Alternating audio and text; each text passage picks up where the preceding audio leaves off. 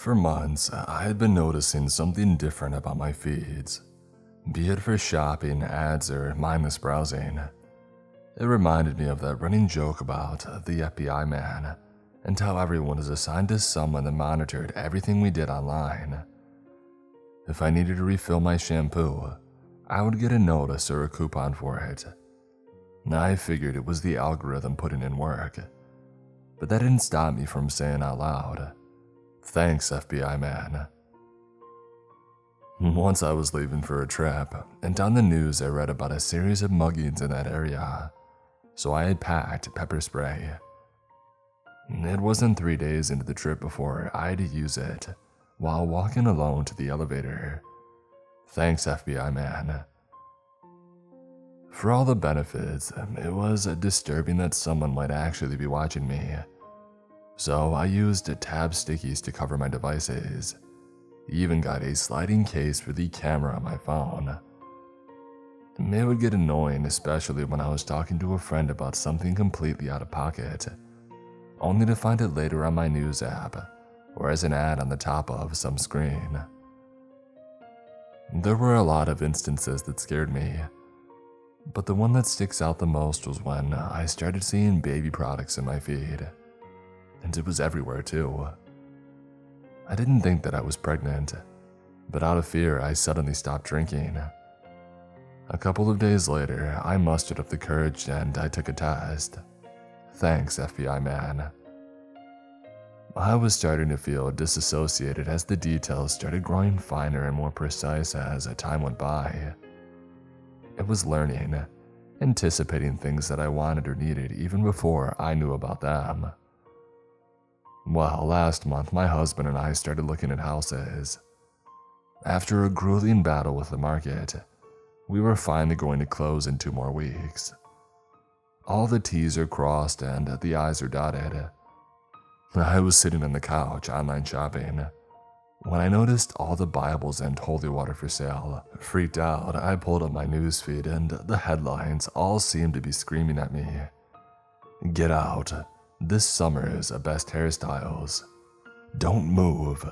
A look at housing market fluctuations. Stay put with these new hairsprays. I closed everything and decided to turn on the TV, and the first thing that plays is The Exorcist. That night I told my husband to cancel our contract.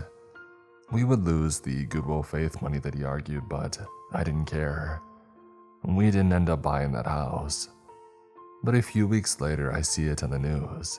I recognize the yellow trim and the pink garage door.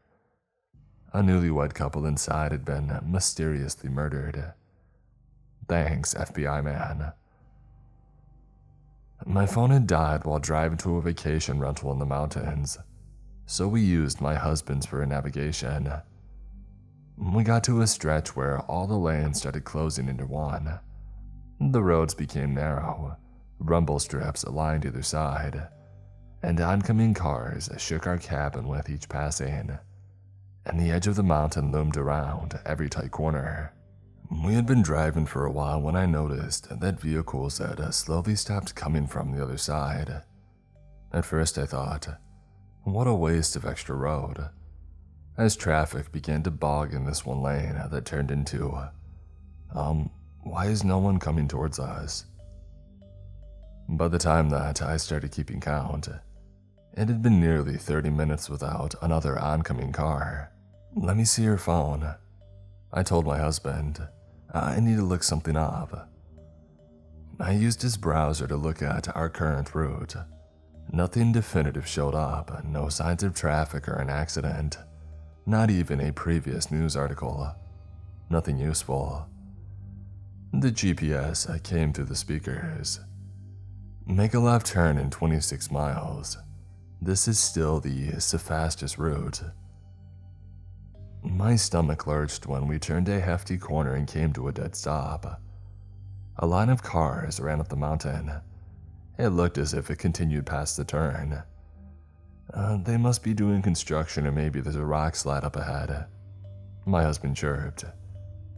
I started flipping through his news app. Social media, I went back to the browser. I checked his junk mail, nothing.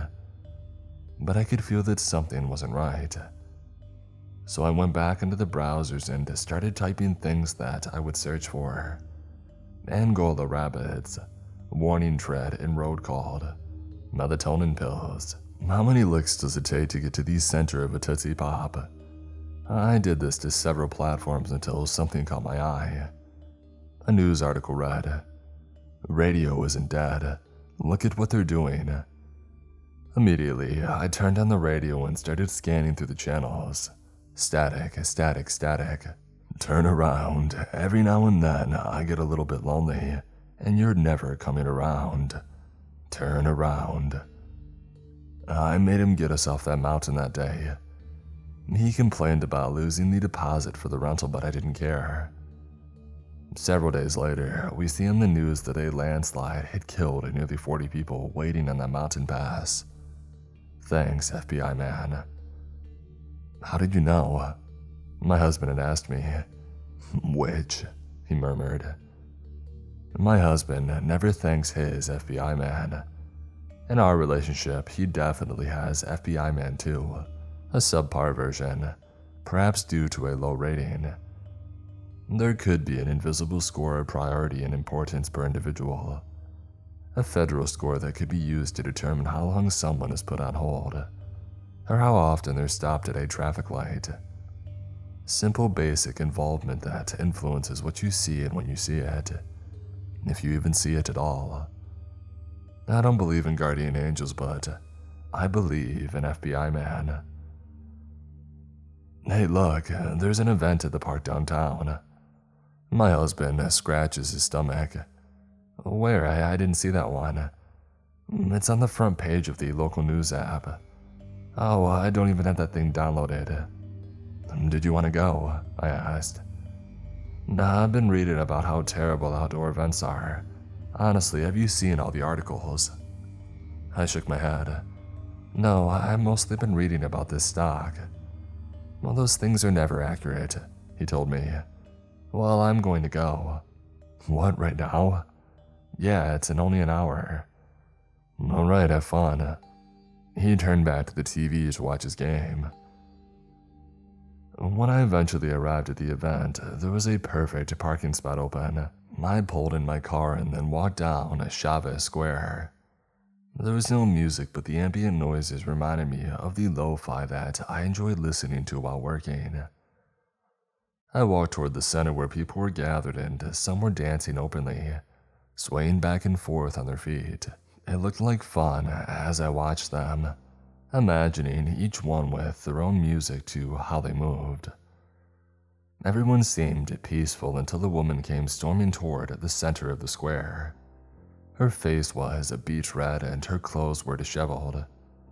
It looked as if she hadn't slept in days. Most people stopped doing what they had been and turned around to watch her. We were mostly quiet as she began yelling at the top of her lungs. If you keep following it, it'll be your death. All of you. You don't know what the heck it is, and you don't know what it's doing. Are you okay? The woman rounded on the other woman. Are you listening? Stop. Stop doing its bidding. I hope she's all right. A couple near me said to each other. One of the vendors approached her gently and offered her some water. It looked as if they were trying to usher her away from the crowd. The woman pushed him away. Frickin' listen. We should just ignore her. Yeah. The murmurs echoed through the crowd. A few people even went back to dancing and there were children laughing again. No, listen. The woman tore her backpack off and pulled out a large, fatigued jerry can. She popped open the cap and doused herself. Wait, I hear someone shout, but it was too late. The woman flicked a match and then dropped it at her feet. She went up in flames. I rushed forward to help her. I had taken off my jacket and I was trying to smother the fire, but it was just too much. I kept screaming, Help! Someone call the fire department, help! I looked around and saw everyone standing around me, their faces dug into their phone. A few people were asking how to put out a fire. What's the most effective way, Alexa? Alexa, I think you're supposed to leave her alone. It looks like a demonstration and they don't want to be interrupted. At least that's what the articles say. It says we shouldn't do anything.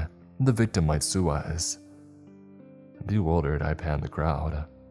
What the heck were any of these people talking about? Why wasn't anybody trying to help? I ran toward a food truck and asked if they had a fire extinguisher, and the cook from behind apologized. Sorry, we only use electrical components, so we only house a Class C. By the time the fire was put out, the woman was burnt to a crisp. Her face was charcoaled and the split flesh revealed the deep red cooked human meat beneath. I looked at the crowd of people looking at their phones. Hey, it says there's a free yoga class nearby, and a meditation clinic that just opened. It says the second person is free. I shook my head and looked down at my phone. The first thing that pops up in feed were the loyalty points that I had on my frequent flyers card. It said 0. Several days after I returned home, I realized my husband was starting to act funny. He would stare at me in the hallways as we passed each other, his face serious each time, his head turning as he looked at me, and not in the way that made me feel desirable. I've never been to prison, but I imagine it was similar to two inmates crossing paths between cells. The days turned to weeks and we started talking less and less. The text messages that I had so often received in the morning stopped coming. We hadn't even sat down for dinner together in quite some time. But the hair that broke the camel's back was when I saw him make coffee early in the morning. I then went upstairs to take a shower, and when I had finished getting ready for work, I get into the kitchen to see him pour a mugful and then proceed to dump out the rest of the perfectly brewed pot. That night, I snuck into our room. I had his phone in my hand and I started scrolling through his feed. Are you feeling underappreciated? A billionaire's wife took half when they divorced. Click here now to find out how to prevent that. Axes and knives for sale. Why severing the neck was effective. A look into the history of the guillotine. What you doing? I nearly dropped his phone on the ground. Oh, just checking the weather for tomorrow. I couldn't find my phone and I didn't want to go downstairs to look for it. I had just finished doing my hair and it was wet. It's real cold downstairs during this time of the year still. It's almost summer, but you wouldn't think it, right? Hey, how are you? How was your day? I feel like we haven't talked in a while. No, work was alright and I've been doing alright. He pulled out an axe from behind his back. I got really into axes recently. Picked this one up online, it's a great deal. He turned the blade towards me. So yeah, what were you doing? Looking through my phone? What? Well, yeah, a bit. I tried to smile. Making sure that no hot girls at work are trying to steal my man, I joked. He smiled. Oh yeah, is that what you're worried about, huh? Maybe I should check your phone so that way we'd be even. Sure thing. I smiled at him. We just have to go find it. My husband reached into his pocket and pulled out my phone. Oh, it's okay, I've already got it. I could feel my lip quivering. That's great, you can... I already looked through it. He dropped the axe and let the end splinter the wood floor. He pulled up the screen and shows me a text from an unknown number. Who's this and why can't he wait to see you again? What? I don't know. I don't even recognize that number. No, didn't want to save him on your phone, did you? He swung the axe at me. I ducked and fell into the bed. I rolled, trying to get to the other side, but he grabbed me by the leg. Let me go, I screamed. He pulled me toward him and lifted the axe in the air. I move under his arm and he slices the bed through. I run for the door and I can hear him pulling it out of the spring mattress, the twirled metal singing as it detached from the axe end. I ran for the stairs, feeling the air swishing behind me as he misses another swing. I get to the top of the flight and feel him charging into me. We both tumble down. I hit my head on the railing and I can see blood dripping off my face. We hit the bottom of the stairs hard. My husband had landed face down and he wasn't moving. I turned him over and the axe had split his chest open.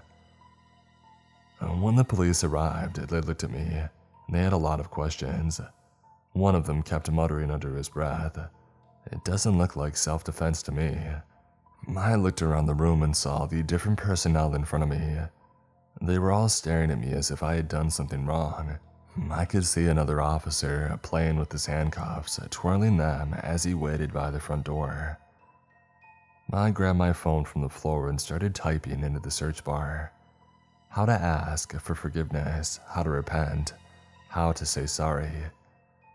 Nothing helpful in the articles and nothing in my news app. No notifications and nothing.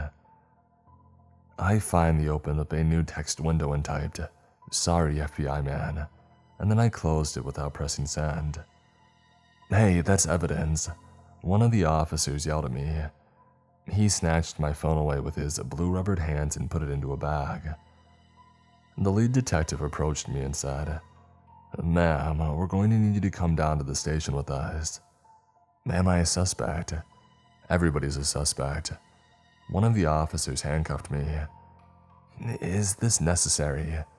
"A standard procedure." I shook my head. "I want a lawyer." I was taken down to the station and they put me into a waiting room. I was handcuffed to the table for about 3 or 4 hours before a man in a navy blue suit walked in. He put his briefcase on the table and introduced himself as a pro bono lawyer who wanted to clear up a misunderstanding. The officers were instructed to take off my cuffs and I was brought coffee and food. My new lawyer told me that all the charges would be dropped and that I was free to go. He even handed me my phone back. Ever since that day, whenever I'm unsure of what to do, I look it up. I scroll through my feeds and apps until I see what I'm looking for, and then I do what it says. And things have turned out pretty good for me. I even got a new job that paid for me to move. Thanks, FBI man.